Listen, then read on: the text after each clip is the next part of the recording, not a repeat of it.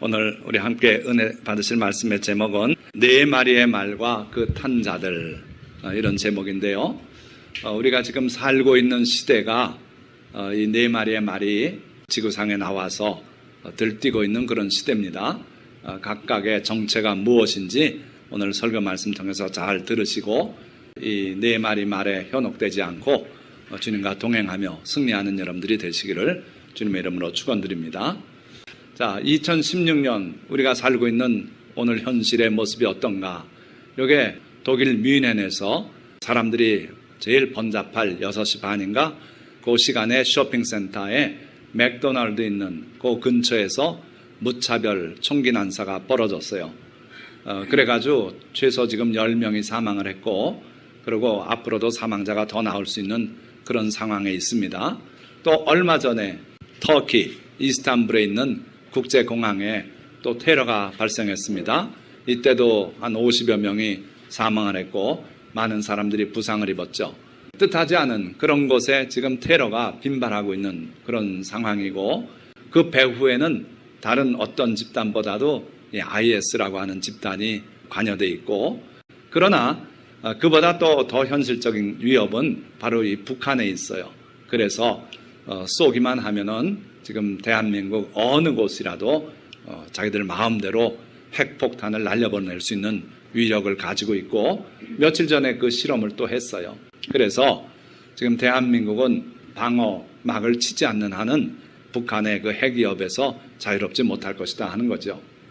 예수님께서도 그때에 우리가 살고 있는 마지막 시대를 가리켜서 많은 사람이 실족하게 되어 서로 잡아주고 서로 미워하겠으며, 거짓 선지자가 많이 일어나 많은 사람을 미혹하겠으며, 불법이 성함으로 많은 사람의 사랑이 식어지리라. 그러나 끝까지 견디는 자는 구원을 얻으리라 하시면서 이 앞부분에 실제 지구상에 일어날 전쟁이며 기근이며 그 이야기들을 많이 하셨어요. 그리고 내 이름으로, 예수 그리스도의 이름으로 와서 자기가 그리스도라고 말하는 사람들이 많이 있겠다 그랬고 자세히 설명하셨어요.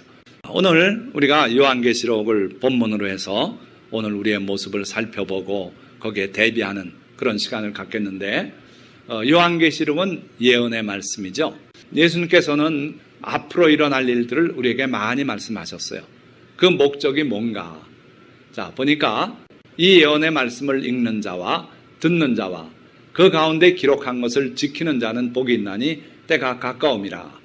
이 요한이 기록하는 책이 바로 예언서다 하는 걸 분명히 했고, 이 말씀을 읽는 자도 복이 되고 듣는 자도 복이 되고, 그리고 그 가운데 하나님의 계명들을 지키는 자가 또 복이 있다고 세 부류의 복된 사람을 얘기했어요. 자, 우리가 성경을 각 개인이 가지고 있어서 마음껏 읽을 수 있고 합니다마는 이 당시에는 성경이 그렇지는 못했다 그랬어요. 그래서 회당에 몇 개 성경이 있을 뿐이고 다 갖추지도 못했죠.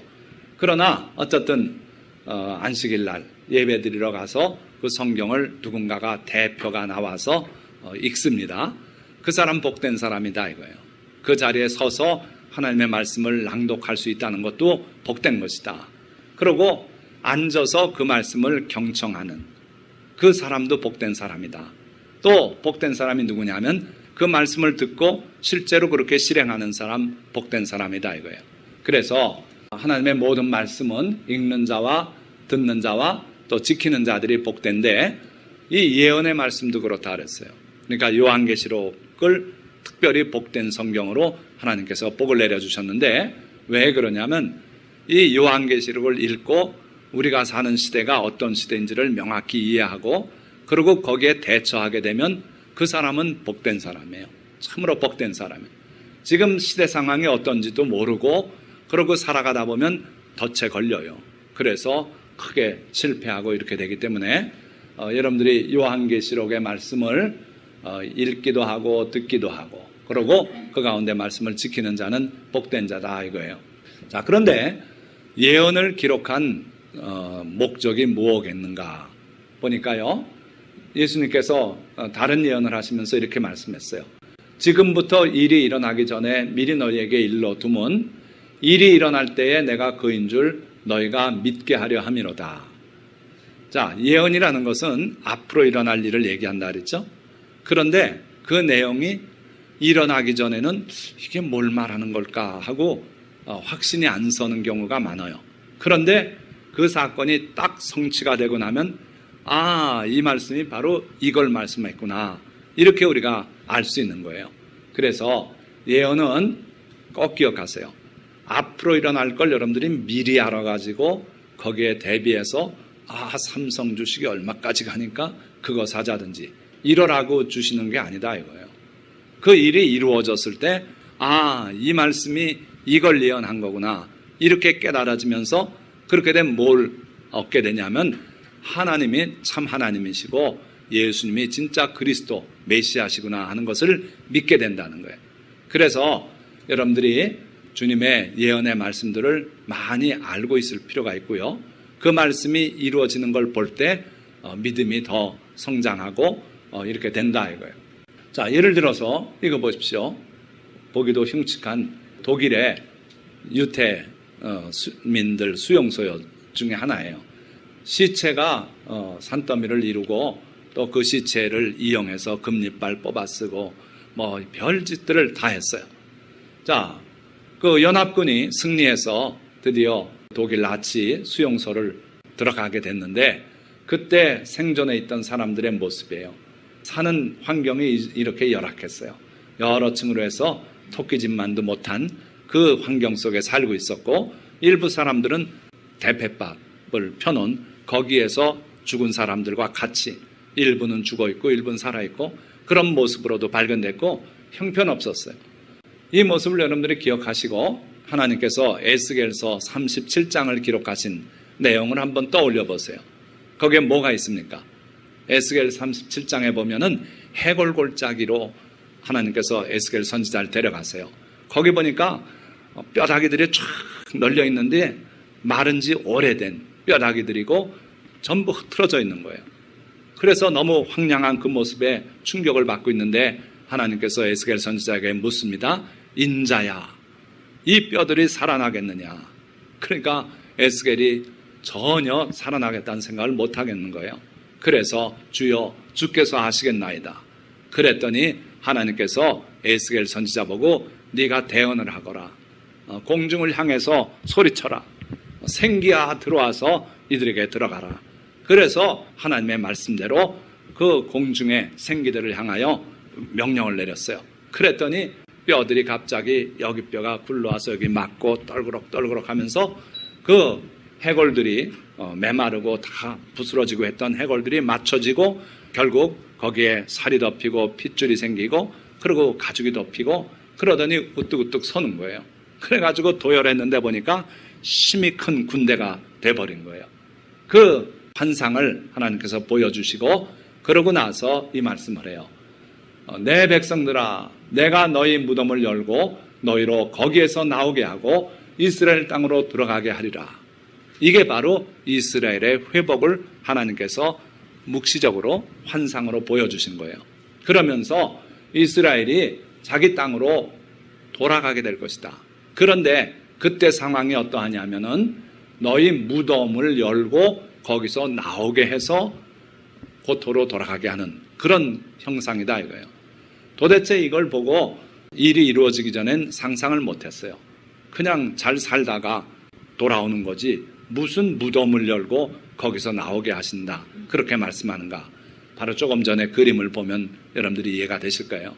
다 죽었어요. 그런데 하나님께서 그들을 이 수용소에서 끌어내서 그러고 회복시켜서 옛 땅으로 돌아오게 해서 거기에 나라를 세우시겠다는 거예요.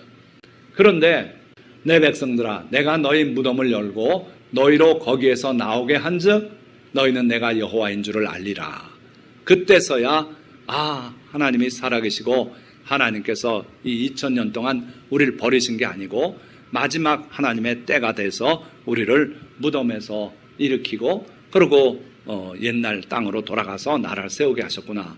이걸 깨닫게 하신다는 거예요. 그러니까 아무리 해골골짜기 그림이 환상이 소개되어 있고 그러고 무덤을 열고 나오게 한다고 하나님이 말씀하셔도 그 일이 이루어지기 전에는 사람들이 그게 뭔지를 몰라요.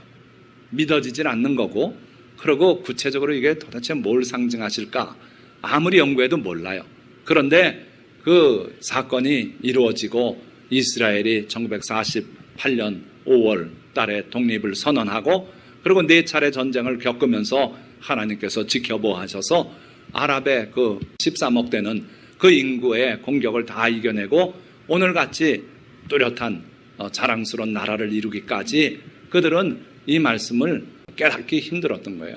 그런데 하나님께서 이 예언이 이루어지게 하심으로써 비로소 이스라엘뿐 아니라 온 세계 만방의 백성들이 하나님은 살아계시고 그분이 진정한 하나님이다 하는 걸 이제 믿게 된다 이거예요.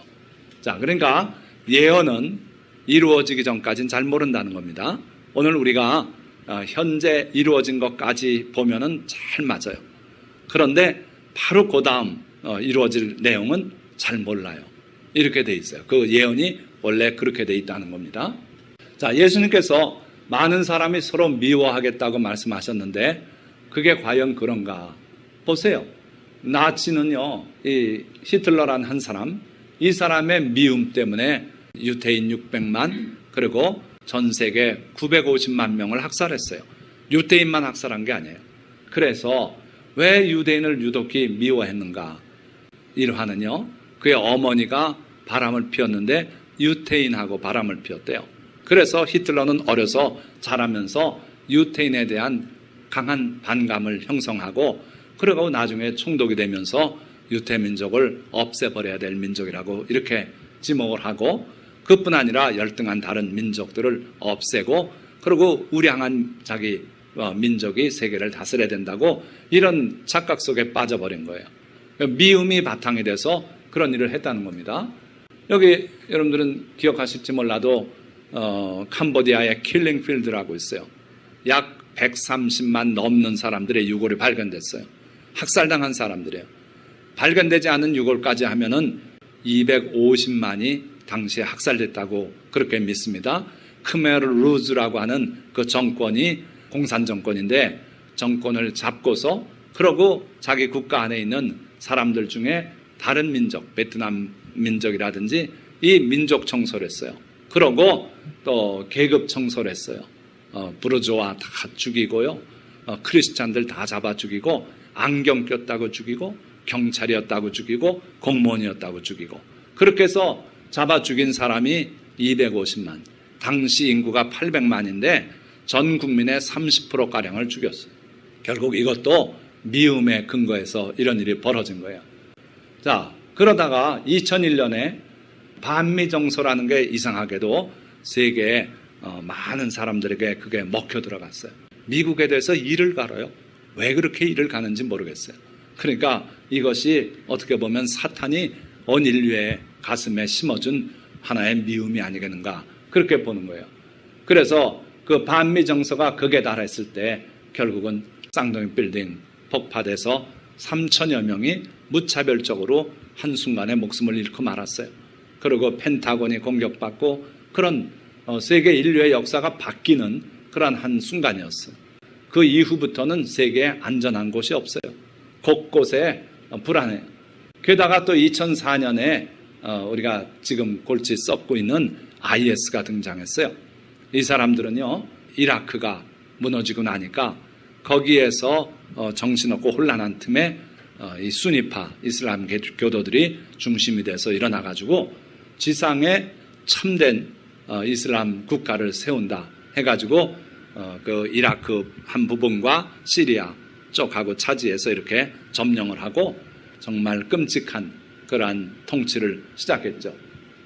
자, 이 모든 게 예수님의 예언 말씀대로요. 많은 사람이 서로 미워하겠으며 옛날에는 미움이라는 것이 개인적인 관계에서 갈등이 생기고 이런 미움은 있었어요. 그런데 이렇게 집단적인 미움이 인류에서 찾아볼 수 없었습니다. 영토를 점령하고 세계를 정복하기 위해서 군사를 동원해서 지배하고 이런 적은 있어요. 많은 제국들이 그랬죠. 알렉산더로부터 시작해가지고 많이 그랬어요. 로마도 그랬고 그렇게 했습니다마는 어느 특정한 집단을 미워해서 이렇게 한 적은 없어요. 그런데 20세기에 와서 예수님의 예언이 성취돼서 많은 사람이 서로 미워하는 가운데서 이렇게 학살하는 일이 벌어졌다 이거예요. 거기다가 거짓 선지자가 많이 일어나 많은 사람을 미혹하게 하겠다. 그래서 많은 그 거짓 선지자들이 일어났어요. 거짓 그리스도들이 일어났습니다. 그래서 수많은 사람들이 박태선 장로를 추종하고 나중에는 자기가 하나님이라고 그렇게 선언하는 그런 어처구니없는 일까지 갔어요. 그리고 우리나라뿐 아니에요. 미국, 필리핀, 세계 도처에 그런 현상이 일어났어요. 그래서 짐 존스라고 하는 사람은 많은 사람을 몰아가지고 남미에 가서 자기들의 왕국을 세우고 나중에는 결국은 다 같이 청상아리를 먹고 집단 자살을 하고 끝났죠. 이런 끔찍한 일들이 우리 시대 이외에는 보기 힘들었어요. 왜 그렇습니까? 이전에는 캐톨릭이 종교를 지배했어요. 그래서 거기에서 삐딱하게 벗어남 아예 그냥 초기에 없어지는 거예요. 그런데 지금은 종교의 자유가 허용돼 있고 이래가지고 마음껏 이단들이 날개를 펼쳐요. 우리 대한민국에 조선시대부터 해가지고 지난 한 150년간 신흥 종교가 500개나 생겼대요. 최근에 책이 나왔어요. 그래가지고 그 중에 50개 살아남고 450개는 소멸되고 말았다고 그런 신흥 종교를 연구하는 분이 책 낸 걸 제가 기사를 읽어봤어요. 그렇게 마음껏 거짓 종교들이 출범하고 이러는 시대가 됐다 이거예요. 게다가 불법이 성함으로 많은 사람의 사랑이 식어지리라. 얼마나 끔찍한 일들이 우리 사회 가운데 일어나는지 몰라요. 툭 하면 죽여요. 아무 이유 없이 그냥 처음 만난 여자 죽이겠다고 결심하고 그렇게 해서 칼로 난도질을 하고 그리고 시체도 또 토막내고 별 끔찍한 일이 다 있어요. 아버지를 죽여요. 그리고 암매장도 하고 이런 끔찍한 일이 우리 사회 속에서 너무 빈발해요. 그래서 이런 불법이 성하고 또 어느 누구는 한 달에 열심히 일해가지고 돈 100만 원 받으면 그만인데 어느 누구는 또 뭐 어떻게 해가지고 120억을 벌었다 그러고 140억 벌었다 그러고 뭐 1000억이 넘는다 그러고 이러다 보니까 가만히 보니까 다 불법이에요. 서민과 다른 길로 불법적인 요소가 많아요. 그래서 그런 걸 보고 정말 사랑이 식어지는 그런 세상이 되고 말지 않았나 이거예요. 자, 그건 예수님의 예언이 지금 마태복음 24장의 예언이 이루어지고 있는 모습이고 오늘 이제 중점적으로 보려는 것은 바로 요한계시록 6장의 예언들이에요. 자, 요한계시록을 윤곽을 잠깐 소개하죠. 요한계시록은 그 당시에 있던 일이 부분적으로 기록됐고 그리고 그 이후에 일어날 일들이 예언적으로 기록되어 있어요. 그래서 그 당시에 있는 일들은 3장까지 기록으로 끝납니다. 주 내용은 뭐냐면 그 당시에 있는 7 교회들에게 격려하고 책망하고 바로 세우는 그런 내용들이죠. 자, 그런데 그 7 교회가 그 당시에 실존했고 실제 그 상황 속에 있어서 예수님의 칭찬도 듣고 책망도 듣고 했지만 그 7 교회가 어떻게 보면 또 예언적인 교회이기도 해요. 그래서 그 당시에 에베소 교회는 초대교회의 모습이고 라오디게아 교회는 마지막 때의 모습이고 그게 또 그렇게 시대적으로 보면 비슷해요. 아주 정확히 맞는 건 아닙니다만은 그러나 어떻든 3장까지는 이 땅의 일들이고 그 당시에 있던 일들이에요. 그런데 4장부터는 분위기가 확 바뀌어요. 어떻게 됩니까? 하늘문이 열리고 큰 음성이 들리는데 이리로 올라오라 해가지고 요한이 하늘로 가지고 올라갔어요. 그래가지고 하늘에 가서 보니까 하늘에 하나님의 보좌가 있고 그리고 어린 양이 있고 24장로가 있고 하늘의 예배 장면이 펼쳐져요. 그런데 그 가운데 참 난감한 일이 하나 보입니다. 뭐냐면 하나님께서 보좌에 앉아 계신데 이 두루마리, 그 당시엔 책이라는 게 두루마리로 되어 있으니까 그 두루마리를 가지고 오른손에 가지고 계신데 거기에 보니까 7인으로 인봉이 되어 있더라 그랬어요. 요즘은 이런 걸 안 쓰니까 우리가 잘 모르죠. 이 당시에는 중요한 문서를 두루마리에 기록해서 이걸 봉해요. 봉하는데 실로 묶고요. 그리고 그 실 매디 끝이 이렇게 인주 같은 걸로 덩어리를 해서 꽉 자기 도장을 찍어서 눌러놔요. 그럼 그게 마르면은 굳어지는데 딱딱한 덩어리가 됩니다. 그렇게 해서 이게 인봉하는 거예요. 그런데 얼마나 소중하길래 7번이나 인봉을 했어요. 아무도 건들지 말라는 거죠. 이거 깨뜨려서 열면 그 사람은 책임져야 돼요. 자, 그런데 하나님의 손에 그 7 인봉한 두루마리가 있는데 그걸 열어야만 되는 거예요. 그래야 뭔가가 이루어지고 하나님의 역사가 이루어질 텐데 저걸 감히 열 사람이 아무도 없어요. 천사도 못 열고요. 거기에 있는 24장로도 자격이 없고 땅에 있는 자가 누가 자격이 있는가 봐도 없어요. 그래서 요한이 거기서 답답해서 통곡을 하고 울어요. 어찌하면 좋은가. 그랬더니 장로 한 분이 와서 위로하면서 울지 마라. 하나님의 어린 양 예수 그리스도께서 여실 것이다.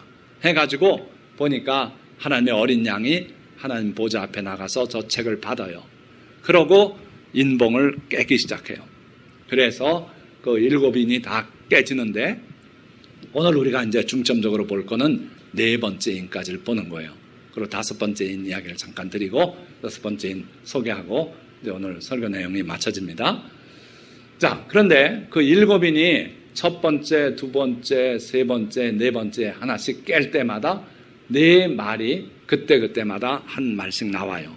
그리고 거기에 탄 사람들이 하나씩 이렇게 있고 그리고 그 내용이 소개되고 이렇게 돼 있죠. 자, 첫째 인을 보니까 내가 보매 어린 양이 7인 중에 하나를 떼시는데 그때 내가 들으니 네 생물 중에 하나가 우레소리같이 말하되 오라 하기로 큰 소리가 들렸어요. 이에 내가 보니 흰 말이 있는데 그 탄자가 활을 가졌고 면류관을 받고 나아가서 이기고 또 이기려고 하더라. 자, 이게 첫 번째 인을 뗐을 때 현상이에요. 하늘에서 벌어지는 겁니다. 그 환상으로 보고 있어요. 그러면 하늘에 벌어지는 그 환상이 땅 위에 실현되는 거예요. 이런 과정이었어요. 근데 보니까 첫 번째 인을 떼니까 흰 말이 나왔어요. 그런데 그 위에는 탄자가 있고 그 탄자는 활을 가졌고 면류관을 받고 그리고 나아가서 이기고 또 이기려고 하더라. 승리하는 모습이 여기 보여요. 자, 흰 말을 탔습니다. 면류관을 받았습니다. 활을 하나 가지고 있습니다. 그러니까 많은 사람들이 이 흰 말 탄 사람을 예수 그리스도라고 그렇게 착각하고 있어요. 그런데 그렇지 않습니다. 오늘 이 첫 번째, 두 번째, 세 번째, 네 번째 말은 다 적그리스도에 해당해요. 예수 그리스도의 복음을 회방하고 혼란스럽게 하는 그런 세력에 불과해요. 자, 왜 그런가 하면은 예수님이 재림하실 때 백마를 타고 오세요. 그런데 그 백마 타고 오시는 예수님의 모습과 이 첫 인봉을 뗄 때 나타나는 그 백마 탄 자는 전혀 비교가 안 돼요. 어떻게 다른가 보세요. 이건 19장에 예수님께서 재림할 때 모습인데 비교하기 위해서 소개한 거예요. 또 내가 하늘이 열린 것을 보니 보라 백마와 그것을 탄 자가 있으니 그 이름은 충신과 진실이라. 예수 그리스도는 땅에 오셔서 자기 목숨을 하나님의 뜻대로 다 드렸고 그리고 십자가에 못 박혀 돌아가셨어요. 그래서 예수님처럼 피스터스 충성스러운 사람이 없어요. 하나님의 아들이셨지만 이 땅에 오셨을 때는 온전히 하나님께 충성했어요. 그리고 그분은 진실이라 그랬어요. 이게 진실이라 그랬는데 진리라고 말해도 됩니다. 카이 알레티노스. 그러니까 예수님은 참 충성된 하나님의 아들이고 그리스도시고 메시아시고 그리고 또한 진실된 분이에요. 진리가 충만한 분이에요. 자, 그런 분이라고 했어요. 그러고 보니까 하늘이 열리고 예수님께서 하나님의 보좌에서 내려서 그리고 백마를 타고 재림하시는 거예요. 아까 봤던 그 4마리의 말의 동급의 하나가 아닙니다. 그 눈은 불꽃 같고 그 머리에는 많은 관들이 있고 또 그가 피 뿌린 옷을 입었는데 그 이름은 하나님의 말씀이라 칭하더라. 예수님의 별명이 뭐냐? 말씀이에요. 그래서 요한복음은 태초에 말씀이 계시니라. 이 말씀이 하나님과 함께 계셨으니 곧 그 말씀이 곧 하나님이시다. 그리고 말씀이 육신이 되어서 우리 가운데 거하셨더라고 그렇게 기록하고 있어요. 그래서 요한계시록도 보니까 충신과 진실된 분이고 또 예수님의 이름은 하나님의 말씀이라고도 한다. 홀로고스 투 세우 이렇게 말씀하고 있어요. 자, 그러면서 하늘에 있는 군대들이 희고 깨끗한 세마포옷을 입고 백마를 타고 그를 따르더라. 자, 보세요. 아까 첫 번째 인을 뗄 때 백마 탄 자가 하나 나오죠. 그 정도 급은요, 예수님이 거닐고 오는 수많은 천사들 중에 하나에 불과한 그 수준이에요. 그래서 하늘에 있는 군대들이 바로 백마를 타고 그를 따르더라. 그림으로 보면 이런 거죠. 여기 예수 그리스도께서 백마를 타고 앞장서 인도하시고 예수님의 머리에는 수많은 관이 있어요. 아까 첫 번째 백마 탄 자는 관 하나를 받아요. 면류관 하나를 받아요. 그런데 예수님의 머리에는 수많은 관이 있고, 자, 그리고 아까 백마 탄 자는 뭘 들고 있었다고요? 활을 들고 있었다 그랬어요. 근데 그 활에 아쉽지만 화살이 없어요. 화살이 없는 빈 활만 들고 있어요. 그런데 예수님은 입에서 예리한 검이 나오니 그것으로 만국을 치겠고, 요한계시록 처음에도 예수님의 모습이 그렇게 나와요. 다리는 빛난 주석 같고, 머리털은 양털 같고, 그리고 눈은 불과 같고, 그리고 입에서는 양날 가진 검이 나오더라 그랬어요. 예수님의 말씀 한 말씀 한 말씀이 결국 원수들을 파멸시키고 또 우리 영혼을 쪼개서 죄를 갈라내고 하는 날카로운 검으로 표현되어 있어요.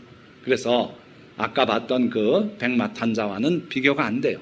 그래서 예수님의 입에서는 예리한 검이 나오니 그것으로 만국을 치겠고, 그리고 친히 그들을 철장으로 다스리며 또 친히 하나님 곧 전능하신 이의 맹렬한 진노의 포도주 틀을 밟겠고, 그 옷과 그 다리에 이름을 쓴 것이 있으니 만왕의 왕이요 만주의 주라 하였더라. 예수님의 이름이 3번 소개되죠.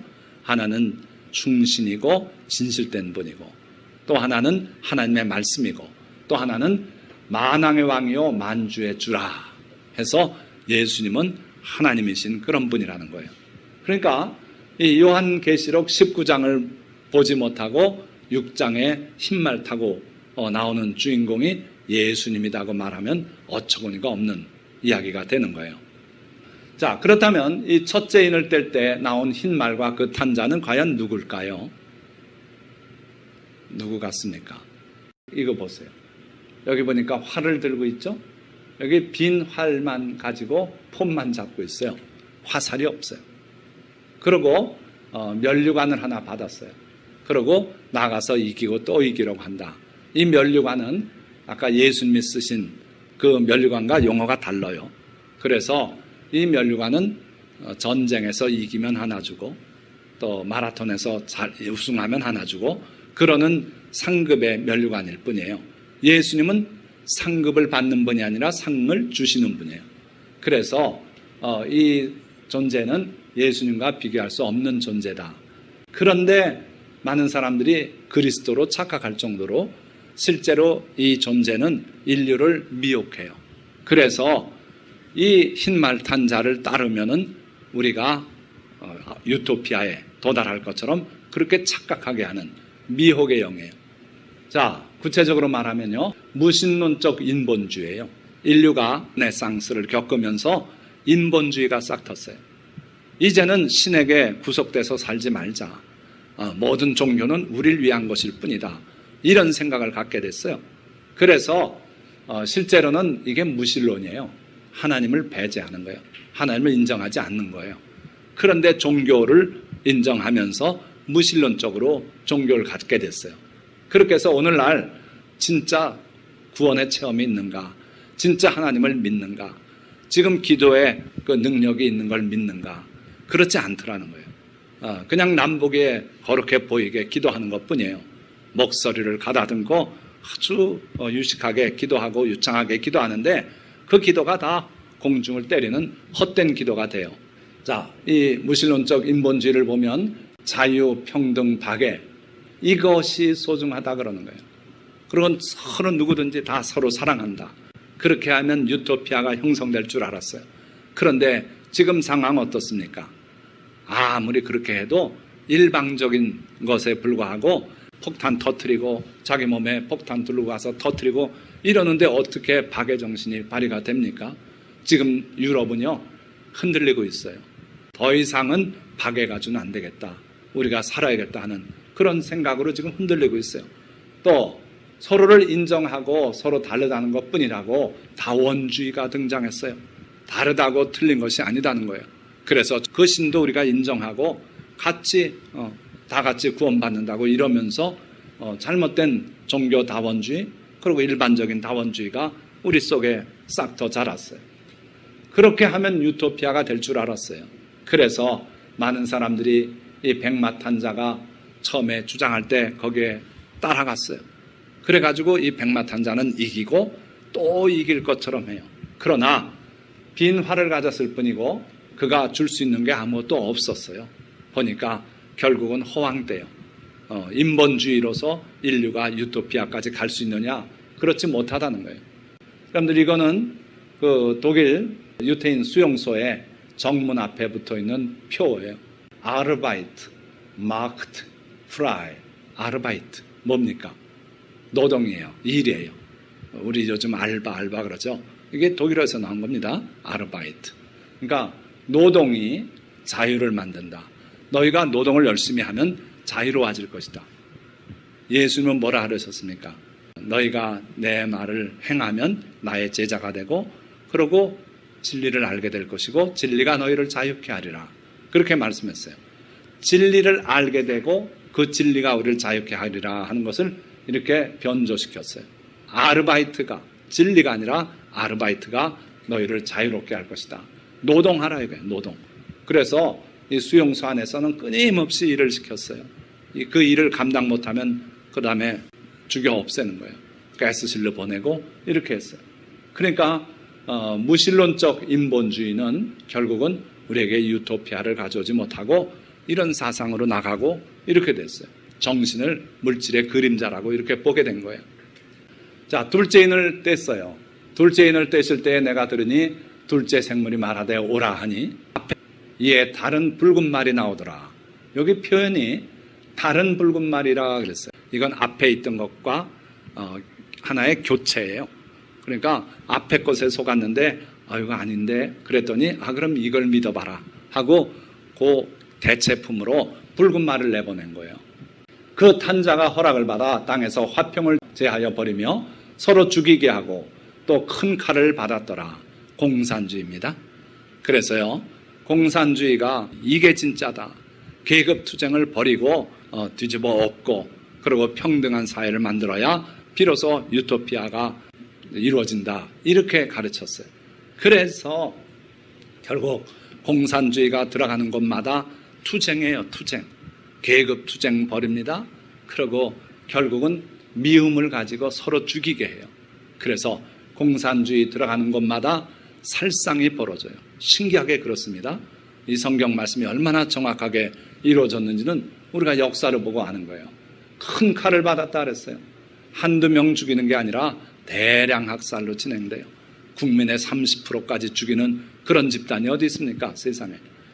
그런데 공산주의가 그랬다는 거예요. 레닌부터 시작해서 스탈린, 그 다음에 중국의 마오쩌둥, 그 다음에 김일성, 이렇게 해서 공산주의가 가는 곳마다 이렇게 킬링이 일어났어요.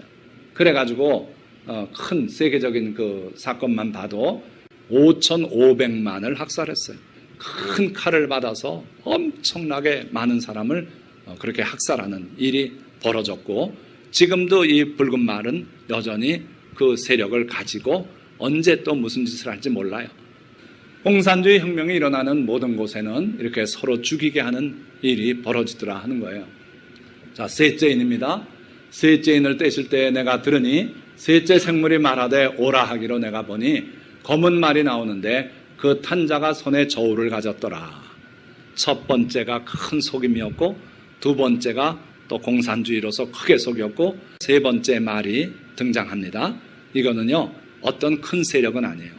다만 인류가 겪게 될 현상을 말하고 있는 거예요. 그래서 손에 저울을 가졌는데, 여기 보십시오. 검은 말을 타고 손에 저울을 가졌어. 이 붉은 말을 탄 자는 큰 칼을 가지고 휘두르고, 여기는 허위 빈 활만 가지고 화살도 없이 튕긴다고 이러고 있어요. 내가 그 생물 사이로부터 나는 듯한 음성을 들으니 이르되 한 데나리온의 밀 한 되요 한 데나리온의 보리 석 되로다. 또 감람류와 포도주는 해치지 말라 하더라. 한 데나리온이면 하루 품삯이라 그랬습니다. 지금 우리 대한민국으로 치면 한 10만 원 된다고 보시죠. 그런데 10만 원 하루 일해가지고 밀 한 대뿐이 못 사요. 밀가루도 아닙니다. 밀이면 더 싸겠죠. 한 대박이에요. 그러니까 식량값이 폭등하는 거예요. 인류가 거짓된 그리스도를 따라 나갔어요. 인본주의를 따라 나갔어요. 공산주의를 따라 나갔어요. 그래가지고 유토피아가 형성이 되고 다 인류가 평안히 배부리 먹고 이렇게 되려니 했는데 그게 아니더라는 거예요. 엄청난 재앙과 기근이 닥쳐왔어요. 아프리카를 중심으로 10차례의 큰 어려움이 닥쳐왔습니다. 수백만 아프리카 주민들이 굶어 죽었어요. 그래서 이 아프리카의 기아를 보면 여러분 인터넷에 찾아보세요. 10개의 큰 아프리카 기아가 소개되어 있어요. 한 번 올 때마다 수백만 또는 최소 수십만이 굶어 죽어요. 그리고 그 지역에서 난민들이 생기고, 자, 뿐만 아니라 북한에 고난의 행군이 있었어요. 들리는 말로는 300만이 굶어 죽었다 그러지만 정확한 숫자는 아무도 몰라요. 적어도 몇십만 명이 아사자가 나왔던 건 틀림없다는 거예요. 인류가 정말 유토피아를 형성할 수 있고 산업을 발전시키고 혁명을 하고 그래가지고 크게 흥황할 줄 알았더니 그렇지 못하더라 하는 거죠. 자, 문제는요, 네 번째예요. 이게 클라이맥스예요. 넷째 인을 떼실 때 넷째 생물이 말하되 오라 하기로 내가 봄에 청황색 말이 나오는데 그 탄자의 이름은 사망이니 음부가 그 뒤를 따르더라. 이게 우리말로 청황색 말이라고 돼 있고 영어로 번역된 영어 성경은 대개 pale horse 이렇게 돼 있어요. 흐린 색깔의 말. 그 헬라어 원어로는 히포스 클로로스, 클로로스, 녹색이란 뜻이에요. 왜 염소를 클로린이라고 하냐면 염소 가스는 이렇게 발생시켜보면 녹색으로 이렇게 올라와요. 참 신기해요. 가스인데 녹색이에요. 들이마시면 죽습니다. 유태인 학살할 때 쓴 게 바로 그 가스예요. 가스실에 집어넣고 염소 가스를 품어요. 그럼 녹색 가스가 쫙 퍼지면 사람이 아우성치다 1, 2분 만에 다 죽어요. 이게 염소 가스예요. 독가스예요. 그래서 클로로스라고 돼 있는데 히포스, 형용사가 뒤에가 붙죠. 히포스, 이건 말이란 뜻이고. 그래서 녹색 말이에요. 정확히 하면. 어쨌든 말이 나오는데 그 탄자의 이름은 사망이니 음부가 그 뒤를 따르더라. 이 탄자의 이름이 사망이에요. 딴 탄자들은 이름이 없었습니다. 요거는 이름이 있어요. 이름이 사망이에요. 그러고 뒤를 누가 따라오고 있는데 뭐냐면 지옥문이 따라오고 있어요. 음부가. 그래서 이 네 번째 말을 탄 자가 가는 곳마다 지옥문이 열려서 많은 사람들이 죽음을 맛보게 돼요. 그들이 땅 4분의 1의 권세를 얻어 검과 흉년과 사망과 땅의 짐승들로 죽이더라 그랬어요. 땅의 4분의 1의 권세를 얻었대요. 자, 그런데 그들이 실제 보니까 전쟁으로서 많은 사람을 죽여요. 살고 있는 지역이 전부 곡식이 잘 못 자라는 그런 지역이고요. 그리고 많은 질병들이 있고 사망이 있고 그리고 땅의 짐승들로 죽이더라. 땅의 짐승은 이성이 없는 존재입니다. 그렇게 해서 흉측하게 별 방법으로 정말 문명세계가 볼 때는 있을 수 없는 그런 잔혹한 방법으로 사람들을 죽여요. 그런 별 흉측한 일들을 다 하는 집단이 바로 이 네 번째 말인 청황색 말이에요. 요한계시록에 또 이렇게 기록되어 있어요. 12장에 보니까 그러므로 하늘과 그 가운데 거하는 자들은 즐거워하라. 그러나 땅과 바다는 화 있을진저 이는 마귀가 자기의 때가 얼마 남지 않은 줄을 알므로 크게 분내어 너희에게 내려갔습니다. 마귀가 하늘에서 쫓겨 내려와서 이 땅에서 최후의 발악을 하는 그 시대 상황이 바로 이 녹색 말이 나온 때가 아니겠는가. 테러가 이런 참상을 보면 정말 이게 사람의 정신으로는 할 수 없구나. 이건 사탄의 사주를 받은 정말 사탄의 최후의 발악의 모습이 아닌가.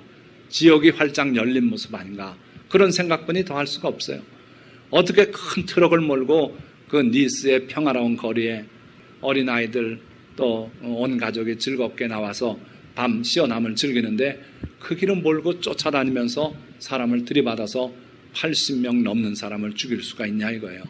그러고 또 보니까 도끼를 가지고 열차에 올라타가지고 도끼로 사람을 내리찍으면서 그래가지고 몇 명이나 죽였습니까? 독일에서. 그랬잖아요. 그러고 자기가 자살했어. 그런 게 어떻게 가능합니까? 프랑스 테러는, 지난해 일어났던 프랑스 테러는 물론 그 잡지사에 가서 테러한 것도 말할 거 없고, 거기에 두 번째 일어났던 테러 보면은 공연이 일어나고 있는 그 공연장에 가서 그냥 모인 사람을 향해서 그냥 난사한 거예요. 또 여러 군데서 그런 일을 벌려서 한 번에 130몇 명이 죽고, 정말 마귀가 자기 때가 얼마 남지 않은 걸 알고 내려온 그 모습이다 이거죠. 이런 일들이 2000년도, 그러니까 뉴 밀레니엄이 되면서부터 본격화된 것 같아요. 쌍둥이 빌딩, 거기다가 펜타곤, 이게 공격받을 줄 누가 알았습니까? 그런데 비행기가 들이받으니까 여지없이 부서지고 말더라고요. 파리가 공격받았어요. 박근혜 대통령도 나중에 가서 거기에 조화를 바치고 했습니다마는, 이 평화스러운 이 프랑스가 이렇게 공격받을 줄 누가 알았어. 자, 미국서도 추종하는 세력들이 또 생겨서 오or랜도, 이게 다 최근 거예요. 한두 달 사이에. 오or랜도에 동성연애자들 클럽이 있어요. 거기에 들어가서 그냥 난사해서 50몇 명 또 사망하지 않았습니까? 이스탄불 공항이 또 테러당하고, 그리고 니스가 이 트럭으로 테러당하고, 그리고 뮌헨 테러가 있었고요. 이게 다 바로 이 네 마리가 들뛰는 이 시대에 벌어지는 건데, 특별히 그 네 번째 말, 청황색 말이 바로 그 일을 하고 있다는 거예요. 자, 문제는 이제 네 번째 인까지 뗐어요. 일곱 번째 인까지 떼면 인류의 역사가 끝나게 되는데, 다섯 번째 인이 뭘까 하는 거 뭡니까? 여러분들 성경 읽을 때 다섯 번째 인 빨리 컨닝해 보세요. 요한계시록 6장에 금방 나옵니다. 8절까지 봤죠? 8절에 청황색 말이 나왔죠? 9절에 다섯째 인을 떼니까 어떻게 됐습니까? 다섯째 인을 뗄 때 내가 보니 하나님의 말씀과 그들이 가진 증거로 말미암아 죽임을 당한 영혼들이 제단 아래 있어 큰 소리로 불러 이르되 거룩하고 참되신 대주제여, 땅에 거하는 자들을 심판하여 우리 피를 갚아주지 아니하시기를 어느 때까지 하시려 하나이까 하니, 각각 그들에게 흰 두루마리를 주시며 이르시되 아직 잠시 동안 쉬되 그들의 동무 종들과 형제들도 자기처럼 죽임을 당하여 그 수가 차기까지 하라 하시더라. 자, 다섯 번째 인은요, 지상에서 일어나는 일이 아닙니다. 하늘에서 일어나는 일을 우리에게 보여주고 있어요. 근데 지금 네 번째 인까지는 우리 앞에 벌어지는 일이라 우리가 이해가 돼요. 근데 다섯 번째 인이 떨어졌을 때 일어나는 이 현상은 우리가 아직 정확히 예측할 수는 없어요. 일이 일어나고 나서 보면 그거다 알 수 있겠는데, 어쨌든 어렴풋하게 제가 말씀드리면 하나님의 말씀과 그들이 가진 증거로 말미암아 죽임을 당한 영혼들이 있더라는 거예요. 하나님을 믿어서 하나님의 말씀을 알고 있다고 그렇게 해서 죽임당해요. 그런데 지금 다섯 번째 인을 뗐을 때는 많은 그런 영혼들이 하나님의 제단 아래서 하소연하는, 하나님께 청원하는 모습이 소개된 거예요. 그래서 어느 때까지 우리 피를 갚지 않고 저 사람들이 그렇게 많은 사람을 죽이게 내버려 두십니까? 하고 탄원한다고 볼 수 있어요. 그때 하나님께서 뭐라 그랬습니까? 잠시 동안만 기다려라. 아직 숫자가 덜 찼다. 하나님께서 기대하시는 순교자의 숫자가 있는 모양이에요. 그래서 그 숫자가 차기까지 잠시 동안만 기다려라. 그래요. 자, 그렇다면 잘 보십시오. 우리가 지금 청황색 말까지는 분명히 보고 있어요. 그런데 이제 다섯 번째 인이고 여섯 번째 인은 뭔가 보면 그때가 하늘에 천재지변이 일어나면서 예수 그리스도가 재림하는 거예요. 일곱 번째 인까지 있다 그러더니 일곱 번째 인은 그 다음 세부적인 사항으로 들어가는 새로운 문이에요. 그래서 일곱 인 중에 실제적으로 진행되는 역사는 여섯 번째까지예요. 자, 그런데 여섯 번째 인이 떨어지면은, 깨지면은 그때는 예수님이 오시게 되니까 실제적으로 우리가 예수님 오시기 전에 볼 수 있는 역사는 5번째까지예요. 근데 5번째는 유감스럽지만 하늘에서 일어나는 일을 소개하셨고 땅에서 일어나는 일은 이걸로 미루어 볼 수 있어요. 어떻게 했다는 겁니까? 땅에서 일어나는 일은 많은 그리스도인들이 순교당하는 거예요. 순교당하는 거예요. 피치 못하게 이 일은 벌어질 거다 하는 겁니다. 그래서 우리가 깨어서 기도하고 이런 일이 우리에게 일어나지 않도록 우리 사회에 그런 일이 없도록 기도해야 된다 이거예요. 자, 6째 인을 뗄 때 잠깐만 보면 큰 지진이 난다 그랬어요. 해가 검은 털로 짠 상복같이 검어진다 그랬어요. 태양이 빛을 내야 되는데 검게 변한다는 거예요. 달이 온통 피같이 되며 그러고요 하늘의 별들이 선과실이 태풍에 떨어지듯이 땅에 떨어지게 되고 하늘은 두루마리가 말리는 것 같이 떠나간다 그랬어요. 그리고 각 산과 섬이 제자리에서 옮겨지매 자 이쯤 되니까 온 인류가 종말이 왔구나 깨닫고 그러고 자기의 죄 때문에 스스로 피하고 산 밑에 가서 내게 무너지라 그러고 이런 때가 된다는 거예요. 그러고 이제 예수님이 재림하시게 되겠죠. 자, 결론 보입니다. 4마리의 말과 그 탄 자들의 시대를 우리가 살아나가려면 그럼 어떻게 해야 되겠는가?